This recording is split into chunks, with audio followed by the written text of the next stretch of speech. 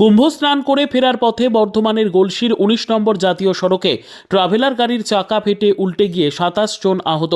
তাদের মধ্যে ২৪ জনকে বর্ধমান মেডিকেল কলেজ হাসপাতালে নিয়ে আসা হয় চিকিৎসার জন্য।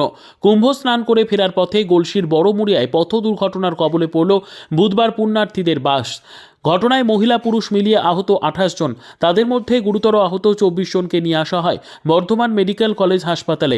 পার্টি অফিসে আমরা বসেছিলাম, হঠাৎ এই বড়মুড়ের থেকে আমরা খবর পাই, আমাদের কৌশিক ছিল, আমাদের স্থানীয় সবার কাছ থেকে খবর পাই যে মহাকুম্ভ থেকে স্নান করার পরে এখানে এসে একটা বড় অ্যাক্সিডেন্ট ঘটে। সঙ্গে সঙ্গে খবর পেয়ে আমরা ছুটে আসি। তারপর পুলিশ ও স্থানীয়রা কি উদ্ধার কাজে? অবশ্যই যুদ্ধকালীন তৎপরতায় গলসির পুলিশ প্রশাসন থেকে শুরু করে আমাদের সাঁকো অঞ্চলের প্রশাসনিক বা আমাদের সাঁকো অঞ্চলের ছেলেরা সবাই এসে যারা অসুস্থ হয়েছিল তাদেরকে হসপিটালের ব্যবস্থা করে, তারপরে সামনে যারা ছিল তাদেরকেও উদ্ধার করে গাড়ি সবই তো দেখছেন। ঘটনাস্থলে গলসি থানার পুলিশ পৌঁছে স্থানীয় মানুষের সহযোগিতায় আহতদের উদ্ধার করে বর্ধমান মেডিকেল কলেজ ও হাসপাতালে পাঠায় পুলিশ ও স্থানীয় সূত্রে জানা গেছে ২১শে ফেব্রুয়ারি উত্তর ২৪ পরগনার বসিরহাট থেকে একদল পুণ্যার্থী কুম্ভ স্নান করার উদ্দেশ্যে বের হয়। প্রথমে তারা গয়া যায়, তারপর বেনারস ঘোরার পর কুম্ভ স্নানের উদ্দেশ্যে রওনা দেয়।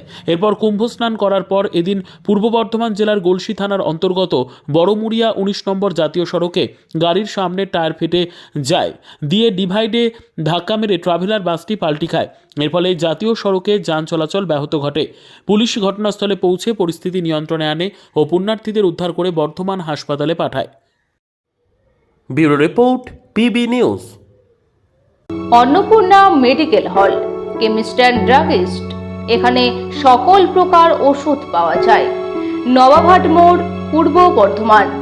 যোগাযোগ করুন 6295528655 অথবা 7602347696।